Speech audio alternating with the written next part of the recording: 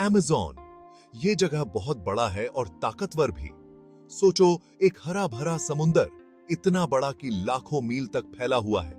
ये है Amazon rain forest, धरती पे सबसे बड़ा रेन फॉरेस्ट।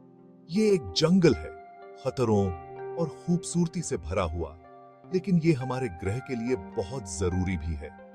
अमेज़न में धरती के किसी भी जगह से ज्यादा स्पीसीज रहते हैं। ये जीवन का खजाना है। रंग बिरंगे पंछी पेड़ों पर उड़ते हैं, जगुआर जंगल में अपने शिकार को ढूंढते हैं, बंदर शाखाओं से झूलते हैं और लाखों कीड़े हवा में भिनभिनाते हैं। ये रेन फॉरेस्ट हमारे ग्रह के फेफड़ों जैसा है।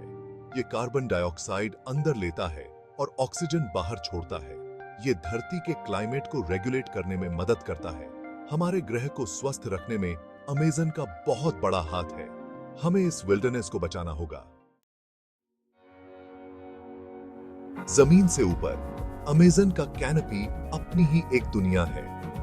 ये पत्तियों और शाखाओं की एक मोटी परत है जो सूरज की एनर्जी को सोखती है। यहाँ पे ही सारा एक्शन होता है। कैनोपी जीवन से भरा हुआ है। सूरज की रोशनी पत्तियों पर पड़ती है और फोटोसिंथेसिस के प्रोसेस को फ्यूल देती है। पेड़ सूरज की रोशनी का यूज करके एनर्जी बनाते हैं और ऑक्सीजन को एटमॉस्फेयर में छोड़ते हैं। ये धरती पे जीवन के लिए बहुत जरूरी है। कैनोपी एक जायंट सोलर पैनल जैसा है जो पूरे इकोसिस्टम को पावर देता है। बंदर एक पेड़ से दूसरे पेड़ पर छलांग लगाते हैं। सांप शाखाओं पर फिसलते हैं। बर्ड्स ऑफ पैराडाइज अपने चमकीले रंग दिखाते हैं। कैनोपी आवाजों और खुशबुओं का सिम्फनी है। ये सर्वाइवल के लिए एक कांस्टेंट बैटल है, लेकिन ये बहुत खूबसूरत जगह भी है। जंगल का फर्श एक डार्क और ह्यूमिड दुनिया है। ये डिके और रीबर्थ की जगह है। गिरे हुए पत्ते और शाखाएं डीकंपोज होते हैं और नई ग्रोथ के लिए न्यूट्रिएंट्स देते हैं। फंजाई और कीड़े ऑर्गेनिक मैटर को तोड़ते हैं और न्यूट्रिएंट्स को वापस मिट्टी में छोड़ते हैं। जंगल का फर्श एक रिसाइकलिंग सेंटर है। यहां आपको जायंट एंटीएटर्स मिलेंगे जो कीड़ों को ढूंढते हैं। टैपर्स अपने स्नाउट का यूज करके खाना ढूंढते हैं और जैगुआर्स चुपचाप घूमते हैं अपने अगले शिकार की तलाश में। जंगल का फर्श एक खतरनाक जगह है, लेकिन ये रेन फॉरेस्ट की हेल्थ के लिए बहुत जरूरी भी है। अमेज़न की मिट्टी में न्यूट्रिएंट्स बहुत कम होते हैं। घने पेड़ पौधे अवेलेबल नरिशमेंट को जल्दी अब्सॉर्ब कर लेते हैं, लेकिन जंगल के फर्श पर डिके और रीबर्थ का कांस्टेंट साइकिल इस इकोसिस्टम को थ्राइव करता है। ये एक डेलिकेट बैलेंस है।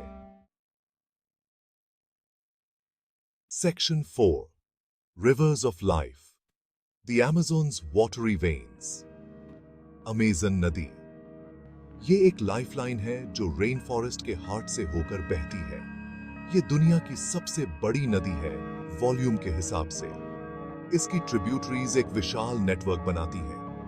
ये नदियां जीवन से भरी हुई हैं। गुलाबी डॉल्फिन गंदे पानी में तैरती हैं। पिरान्हास अपने नुकीले दांत दिखाते हैं।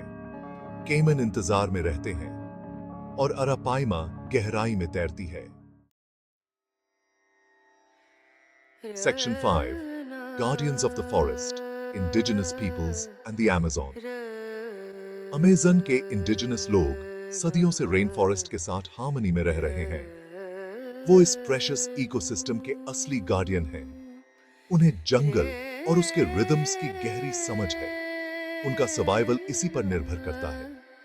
इन कम्युनिटीज ने सस्टेनेबल प्रैक्टिसेस डेवलप किए हैं। वो ट्रेडिशनल नॉलेज का यूज करते हैं। वो जंगल को प्रिजर्व करने की इंपॉर्टेंस को समझते हैं। वो एंशिएंट विजडम के कीपर हैं। वो पौधों के मेडिसिनल प्रॉपर्टीज को समझते हैं।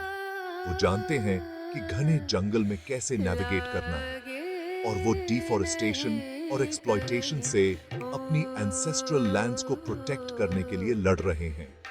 हम प्रकृति के साथ उनके डीप कनेक्शन से बहुत कुछ सीख सकते हैं। Section 6 A call to protect the Amazon's future in our hands। Amazon rainforest एक ग्लोबल ट्रेजर है। ये इनक्रेडिबल ब्यूटी और डाइवर्सिटी की जगह है, लेकिन ये खतरे में है। डिफॉरेस्टेशन, माइनिंग और क्लाइमेट चेंज इस प्रेशियस इकोसिस्टम को रिस्क में डाल रहे हैं। हमें अपने प्लैनेट के इस वाइटल पार्ट को प्रोटेक्ट करने के लिए अभी एक्ट करना होगा।